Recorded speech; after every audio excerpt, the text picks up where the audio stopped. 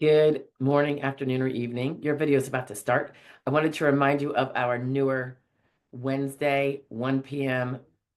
live stream Q&A on all things Social Security. Visitors are welcome to post a question in the chat, and I'll do my best to answer it. It's on a first come, first serve basis, so please get there on time. Otherwise, if you care to be a member and get some different kinds of perks, feel free to click the join button below or just click it to learn about them. Anyway, I hope to see you Wednesday. If not, enjoy the video. Bye now. Good morning. Happy Mother's Day. Happy Sunday. It's Social Security Roundup Day. Kind of laying low on Mother's Day this week. I don't know what y'all are doing. My one child is Knoebels for the weekend, so he's not even back yet, but we'll see. Maybe we'll have ice cream or something. We did our eatery yesterday. Okay, for the roundup, we're going from May 5th, Monday, to Saturday, May 10th. And here's what we had. We had on Monday, the 5th, it was about proving disability and the difference between today's evidence and past evidence and what you really need to focus on when it comes to the two. On Tuesday, May 6th, we went over whether your doctor has to provide an RFC opinion report when you ask him to. Is that one of his legal duties? May 7th, that would be Wednesday. This was a question concerning the wisdom of using a telehealth consultative examination for a mental exam or whether one should go in person, and maybe things to think about when you choose.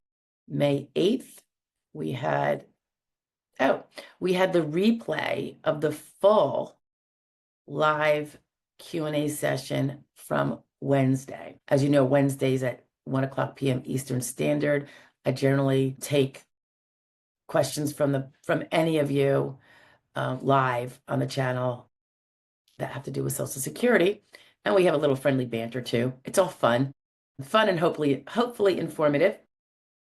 So I figured out a way to kind of trim it down like an auto trim. It's not really me doing it. So all the little moments of silence when I'm reading someone's post or question or, things of that nature can be reduced a bit to cut on time. And then I had it published up here. Instead of just automatically publishing, which would happen as a replay, I thought, why not cut out some of that stuff that nobody on a replay is going to want to sit and, want to go through. It's long enough as it is.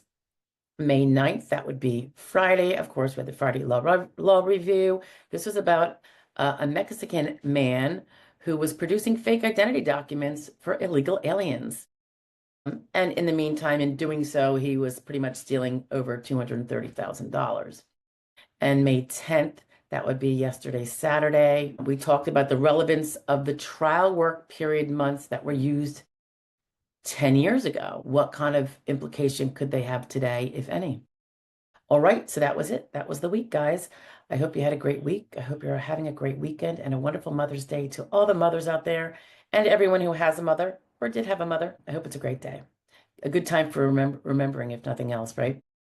And have a great week coming up. That's what I plan to do. And I hope to see you weekdays at 9 and Wednesday live at 1 p.m. Eastern Standard. Have a great day, guys. It's still Sunday. Did you miss last week's Social Security Roundup? Not this week that you just heard, but the one prior to that, and want to catch up? I'm attaching it now. Have a great day. Bye. Good morning and happy Sunday. This is Sunday's Social Security Roundup for the week of April 28th through Saturday, May 3rd. Okay, let's hop to it in case you missed anything. I'll try to see if I can read this a little better because my eyes are not so good. Okay, on Monday, that'd be the 28th, this was a little information about consultative examinations and the importance of range of motion and being honest when undergoing the range of motion testing that a CE, consultative examiner, will give you. Really important. It is a poll from one of our live session Q&As that are available every Wednesday for you to join up at 1 p.m. Eastern Standard Time on this channel.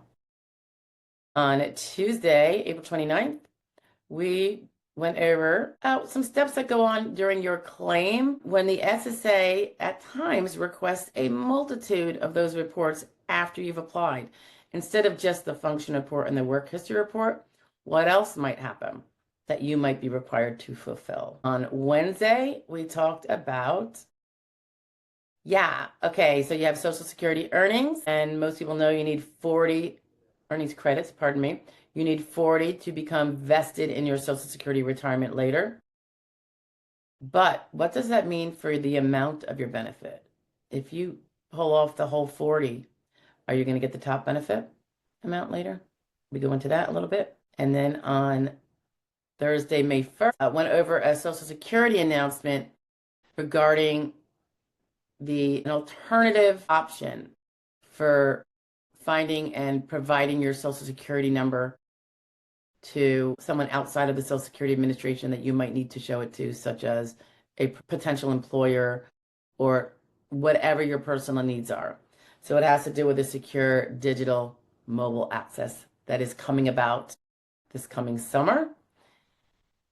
And then Friday, we went over, Friday was fraud law review about a Pennsylvania and a Bronx fellow who were kind of like a Bonnie and Clyde, although not physically dangerous, apparently, ripping off banks. I want to say a dozen or two dozen banks in Ohio with fake checks using fake IDs and fake Social Security numbers. Okay, and then so what do we have, Saturday, that would be the 3rd.